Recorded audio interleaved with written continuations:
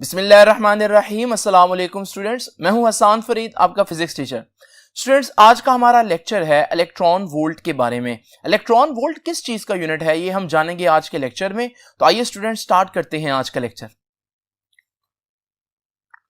Students, आपको मालूम है डेली लाइफ में हमारे पास ऐसे बहुत से प्रोसेस है जिसमें एनर्जी चेंज होती है। ये जो एनर्जी का चेंज है या ये जो एनर्जी होती है डिफरेंट ऑब्जेक्ट्स की, ये हम कैलकुलेट करते हैं एक यूनिट में जिसे हम कहते हैं जूल्स। ये ऐसा यूनिट है एनर्जी का। लेकिन स्टूडेंट्स, होता क्या है कि सम टाइम हमारी डेली लाइफ में एनर्जी चेंजेस इतनी छोटी होती हैं, इतनी स्मॉल होती हैं कि वो जो एनर्जी चेंजेस हमारे पास आती हैं उनकी वैल्यूज बहुत कम होती हैं। फॉर एग्जाम्पल, अगर मैं एक ब्लू फोटोन की बात करूं तो ये जो एक सिंगल फोटोन है ब्लू लाइट का, इसकी एनर्जी होती है 4.4 into 10 raise to power -19 joules. आप देख रहे हैं ये जो एनर्जी है इसमें 10 की पावर -19 का जो फिगर है वो बता रहा है कि एनर्जी बहुत थोड़ी है। अब क्या है कि हमें इतनी थोड़ी एनर्जी चेंजेस के लिए कोई ऐसा यूनिट चाहिए जो इस लेवल का हो, यानी बहुत छोटे स्केल की एनर्जीज को डिस्क्राइब करने के लिए हमें एक यूनिट चाहिए। वो जो यूनिट है उसे हम कहते हैं इलेक्ट्रॉन वोल्ट, जो कि आज का हमारा आर्टिकल है। तो पहली बात हमें क्या पता चली आज के आर्टिकल से कि इलेक्ट्रॉन वोल्ट क्या है। इलेक्ट्रॉन वोल्ट एनर्जी का ही एक यूनिट है। ना सिर्फ ये एनर्जी का ही एक यूनिट है बल्कि ये एनर्जी का एक बहुत छोटा यूनिट है। जब बहुत स्मॉल एनर्जी चेंजेस इन्वॉल्व हो, जैसे फोटोन में मैंने बात की, जैसे इलेक्ट्रॉन में बात करेंगे आगे, तो वहां पर हमारे पास जूल एक बहुत बड़ा यूनिट होता है, उसको हम यूज नहीं करेंगे, उसकी जगह इलेक्ट्रॉन वोल्ट को यूज करेंगे। अब कुछ ऑब्जेक्टिव्स हैं, मैं इससे पहले कि इलेक्ट्रॉन वोल्ट को डिफाइन करूं वो ऑब्जेक्टिव्स मैं आपके सामने लिख देता हूं। पहली चीज क्या है जी, उसमें याद रखिएगा इलेक्ट्रॉन वोल्ट के बारे में आप लोग पहली बात याद रखेंगे कि व्हाट इज इलेक्ट्रॉन वोल्ट। तो electron volt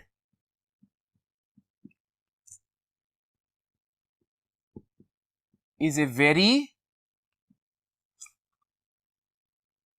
small unit of energy.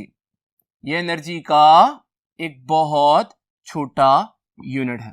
Now students, दूसरी बात भी याद रख लेंगे, इलेक्ट्रॉन वोल्ट का सिंबल क्या होगा। जैसे कि आप लोग जानते हैं कि हम जूल्स को हमेशा पूरा नहीं लिखते बल्कि समटाइम्स जूल्स की जगह जो है वो सिर्फ कैपिटल जे डाल देते हैं, तो उसके अल्फाबेट से उसको रिप्रेजेंट करते हैं। तो इलेक्ट्रॉन वोल्ट का सिंबल क्या होगा स्टूडेंट्स, याद रखिएगा,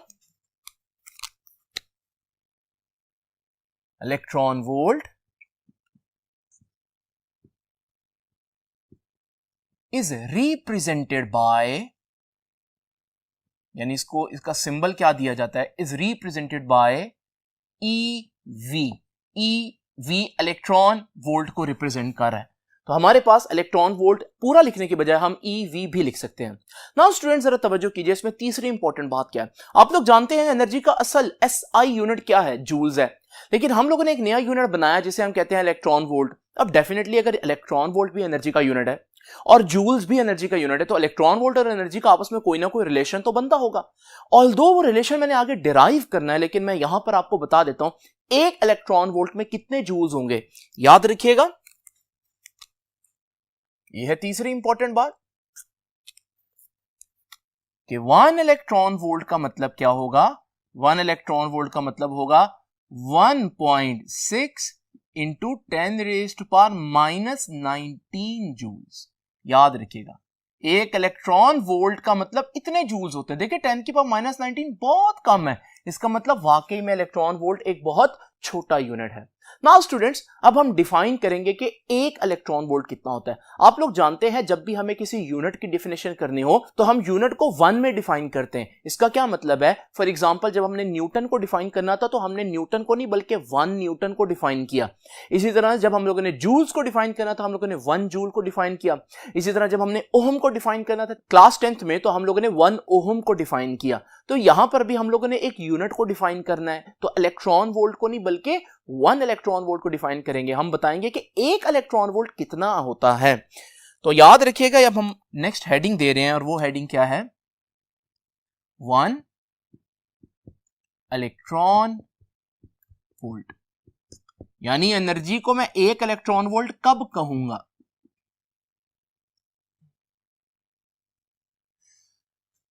स्टूडेंट्स, जैसे कि आप लोग जानते हैं कि जब भी हम इलेक्ट्रोस्टैटिक्स में कोई कॉन्सेप्ट देते हैं चार्जेस के बारे में, तो हम उसका एक आसान हल ये देते हैं कि बच्चे पहले ग्रेविटी में वही कॉन्सेप्ट समझ लें, क्योंकि अगर ग्रेविटी में वही कॉन्सेप्ट उनको एक दफा समझ में आ जाए तो फिर इलेक्ट्रोस्टैटिक्स में समझना कोई मसला नहीं है, क्योंकि दोनों की जो थ्योरी है वो काफी मिलती जुलती है। आप लोग जानते हैं स्टूडेंट्स कि हम लोगों ने देखा कि जमीन के ऊपर अगर कोई चीज मौजूद हो तो जमीन उसको अपने सेंटर की तरफ अट्रैक्ट करती है।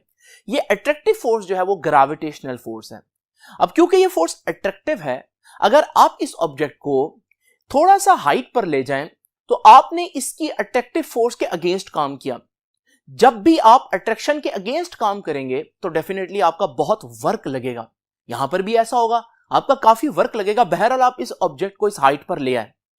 याद रखिएगा, जब आपका वर्क लगा है अट्रैक्टिव फोर्स के अगेंस्ट काम करने में, तो यही वर्क आपका एनर्जी बनकर स्टोर होगा। तो हम कहेंगे बॉडी के पास इस वक्त ग्रेविटेशनल पोटेंशियल एनर्जी है। नाउ स्टूडेंट्स जरा तवज्जो कीजिएगा, हमें कैसे पता चलेगा इसके पास एनर्जी स्टोर हुई है?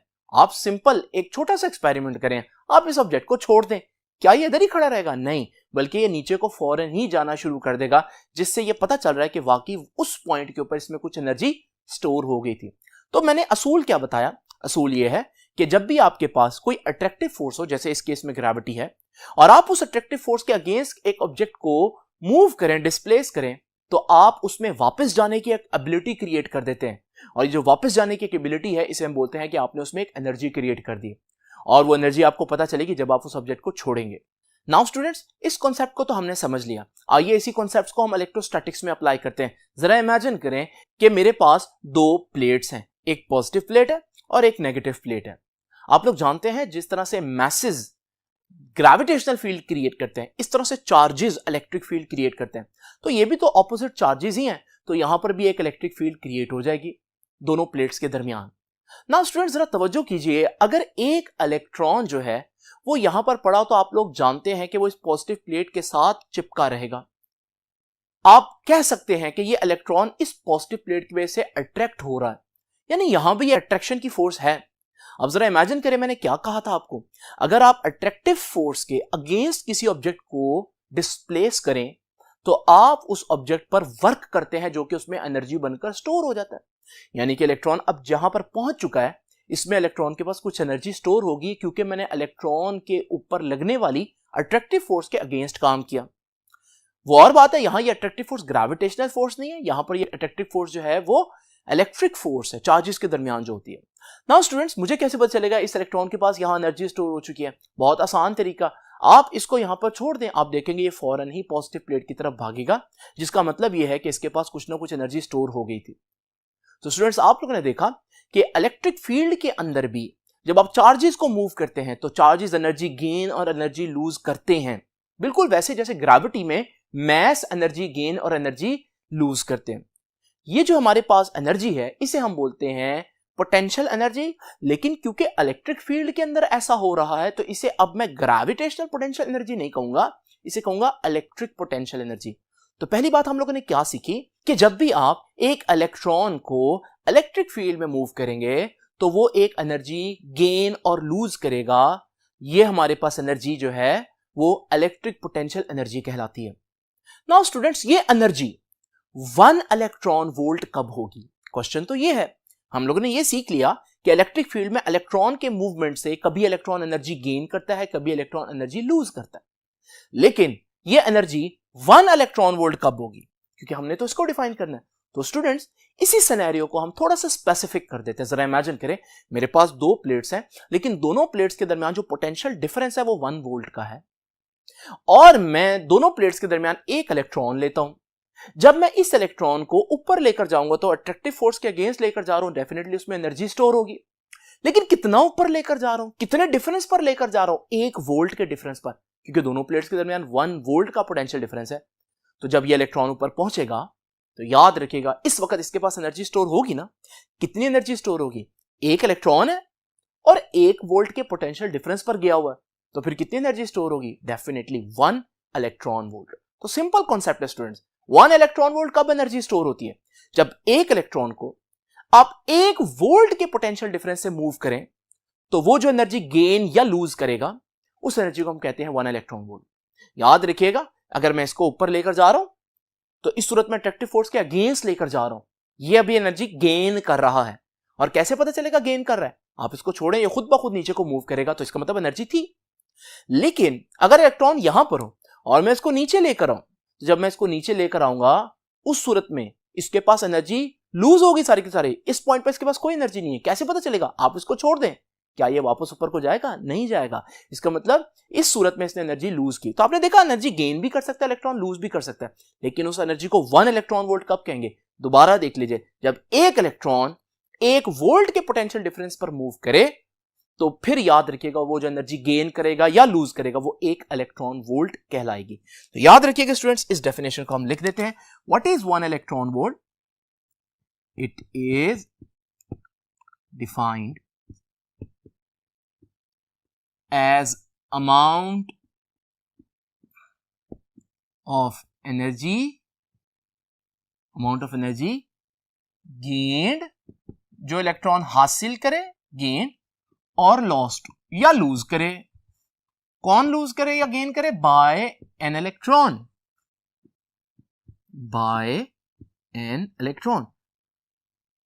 as it traverses a potential difference। कितना पोटेंशियल डिफरेंस पर उसको मूव करूं?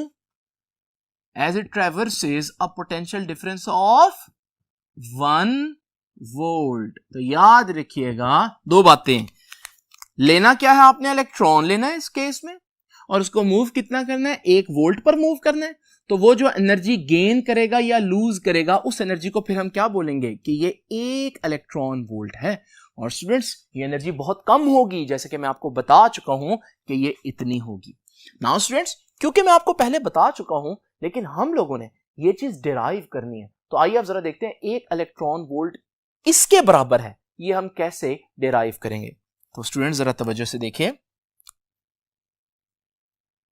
इसकी डेरिवेशन भी देख लेते हैं। बहुत सिंपल डेरिवेशन है।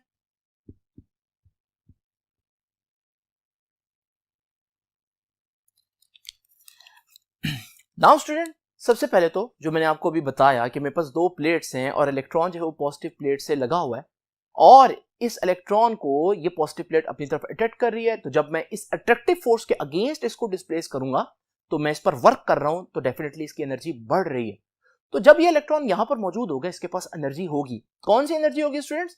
पोटेंशियल एनर्जी, क्योंकि पोजीशन चेंज होने से जो एनर्जी आ जाती है उसे हम कहते हैं पोटेंशियल एनर्जी।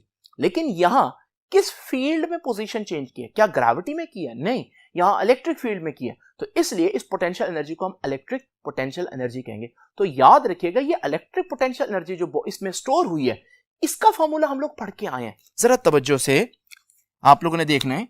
हम लोगों ने ये जो इसकी एनर्जी स्टोर हुई है, इसे हम कह देते हैं डेल्टा यू। और याद रखिएगा, ये फॉर्मूला हम लोगों ने पढ़ा था। ये एनर्जी किसके बराबर होती है? ये बराबर होती है चार्ज कितना है मल्टीप्लाई बाय उसको कितने पोटेंशियल डिफरेंस पे मूव कर रहे हैं। यानी डेल्टा यू क्या है? मैं लिख देता हूं। Delta U is basically E P E मतलब इलेक्ट्रिक पोटेंशियल एनर्जी। तो ये किसके बराबर है? ये Q डेल्टा V के बराबर है। नाउ स्टूडेंट जरा तवज्जो कीजिए, जब ये चार्ज यहां पर मौजूद होगा तो हम लोग जानते हैं इसके पास पोटेंशियल एनर्जी तो है, इलेक्ट्रिक पोटेंशियल एनर्जी। लेकिन जब मैं इसको छोड़ूंगा तो आप लोग देखेंगे नीचे आते हुए आहिस्ता आहिस्ता स्पीड बढ़ाएगा, यानी कि इसकी जो पोटेंशियल एनर्जी है वो किनेटिक एनर्जी में चेंज हो रही है, क्योंकि मूवमेंट की वजह से कौन सी एनर्जी होती है? काइनेटिक एनर्जी होती है। तो याद रखिएगा स्टूडेंट्स, हम कह सकते हैं यही जो डेल्टा यू है, जब चार्ज को छोड़ा जाएगा तो यही उसकी क्या बन जाएगी? काइनेटिक एनर्जी बन जाएगी। यानी कि जितना हमारे पास पोटेंशियल एनर्जी गेन की थी इलेक्ट्रॉन ने, वो अब काइनेटिक एनर्जी में चेंज होना शुरू हो जाएगी। तो फिर मैं काइनेटिक एनर्जी को भी यही लिख सकता हूं, क्योंकि दोनों बराबर हैं। तो मैं लिख सकता हूं कि काइनेटिक एनर्जी किसके बराबर है? Q delta V। Now students, Q क्या है? Q तो चार्ज है। और याद है आप लोगों को, चार्ज हमने क्या डिसाइड किया था? चार्ज हमने डिसाइड किया था कि कौन सा चार्ज लेना है? इलेक्ट्रॉन।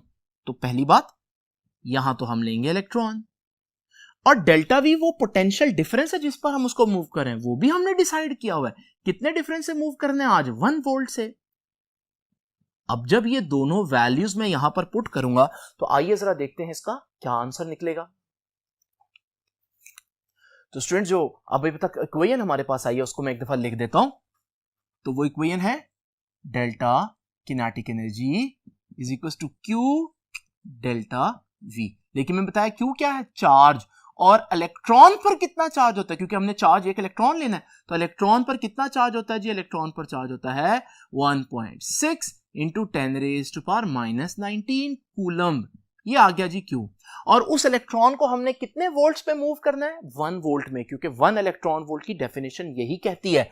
तो डेल्टा वी की जगह हम क्या लिखेंगे, डेल्टा वी की जगह लिखेंगे 1 वोल्ट।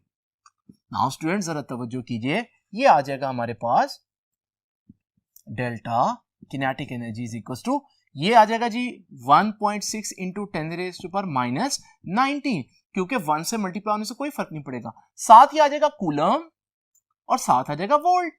और कूलम इंटू वोल्ट आप लोगों को मैंने 2-3 लेक्चर्स पहले बताया था कि बेसिकली जूल्स के बराबर होता है। तो इसका मतलब आपके पास किनेटिक एनर्जी कितनी आई, किनेटिक एनर्जी आई 1.6 इंटू 10⁻⁻19 और साथ क्या आ जाएगा, जूल्स। यानी कि अगर एक इलेक्ट्रॉन हो और एक इलेक्ट्रॉन 1 वोल्ट का पोटेंशियल डिफरेंस चेंज करे तो उसके पास कितनी एनर्जी आ जाती है, 1.6 इंटू 10⁻⁻19 जूल। लेकिन मैं पहले ही बता चुका हूं कि जब एक इलेक्ट्रॉन और 1 वोल्ट की बात करेंगे तो फिर जो एनर्जी होगी वो 1 इलेक्ट्रॉन वोल्ट होगी। इसका मतलब ये जो एनर्जी आई है यही 1 इलेक्ट्रॉन वोल्ट है। तो यहां से हमें क्या पता चला कि 1 इलेक्ट्रॉन वोल्ट किसके बराबर आया, 1.6 इंटू 10⁻⁻19 जूल्स। नाउ स्टूडेंट्स जरा तवज्जो कीजिए, यहां एक बहुत इंपॉर्टेंट कन्वर्जन है जो आपको पता होनी चाहिए। वो कन्वर्जन क्या है, अगर आपके पास आंसर जूल में है और आप आंसर निकालना चाहते हैं इलेक्ट्रॉन वोल्ट में, तो आप लोग क्या करेंगे, याद रखिएगा इस केस में आप 1.6 इंटू 10⁻⁻19 से डिवाइड करेंगे तो आंसर किस में आ जाएगा, इलेक्ट्रॉन वोल्ट में आ जाएगा। फॉर एग्जाम्पल स्टूडेंट्स मैंने आपको शुरू में एक एग्जाम्पल दी कि मेरे पास एक ब्लू का फोटोन है और इस ब्लू के फोटोन की जब मैं एनर्जी देखता हूं तो वो है 4.4 इंटू 10⁻⁻19 जूल्स। अब देख रहे हैं आप ये तो बहुत कम जूल्स बन रहे हैं, तो हमें कोई छोटा यूनिट चाहिए, हमारे पास छोटा यूनिट मौजूद है अब, और वो कौन सा, इलेक्ट्रॉन वोल्ट। लेकिन इतने जूल्स में कितने इलेक्ट्रॉन वोल्ट होंगे, तो उसके लिए हम क्या करेंगे, इसको डिवाइड कर देंगे 1.6 इंटू 10⁻⁻19 से। जब हम इसको डिवाइड करेंगे ये जो आंसर आएगा 2.8 आ जाएगा। लेकिन अब ये आंसर जूल्स में नहीं है, अब ये आंसर इलेक्ट्रॉन वोल्ट में। और आपने देखा अब आपका आंसर जो उसमें कोई नेगेटिव पावर नहीं आ रही, बल्कि आपका आंसर जो है वो इस स्केल में सही आ रहा है। तो स्टूडेंट्स यहां से हम कहते हैं कि हमारे पास जो छोटी एनर्जी चेंजेस होती है उनके लिए बेस्ट यूनिट कौन सा है यूज करने के लिए, वो है इलेक्ट्रॉन वोल्ट स्टूडेंट्स। लेकिन इसके ऑपोजिट भी आपको पता होना चाहिए, अगर कहीं पर आपको इलेक्ट्रॉन वोल्ट से जूल्स में जाना पड़े तो फिर डेफिनेटली आप उल्ट कर देंगे और उसके लिए आप क्या करेंगे, 1.6 इंटू 10⁻⁻19 से मल्टीप्लाई करेंगे। ठीक है जी, याद रखिएगा ऐसा यूनिट कौन सा है, ऐसा यूनिट जूल ही है। तो स्टूडेंट्स ये था हमारा आज का लेक्चर। आप लोगों ने देखा कि हमारा आज का जो लेक्चर है वो एक नए यूनिट के बारे में था जिसको हम इलेक्ट्रोस्टैटिक्स में बहुत ज्यादा इस्तेमाल करेंगे आगे। अब आपसे इंशाल्लाह मुलाकात होगी नेक्स्ट लेक्चर में, तब तक के लिए अल्लाह हाफिज।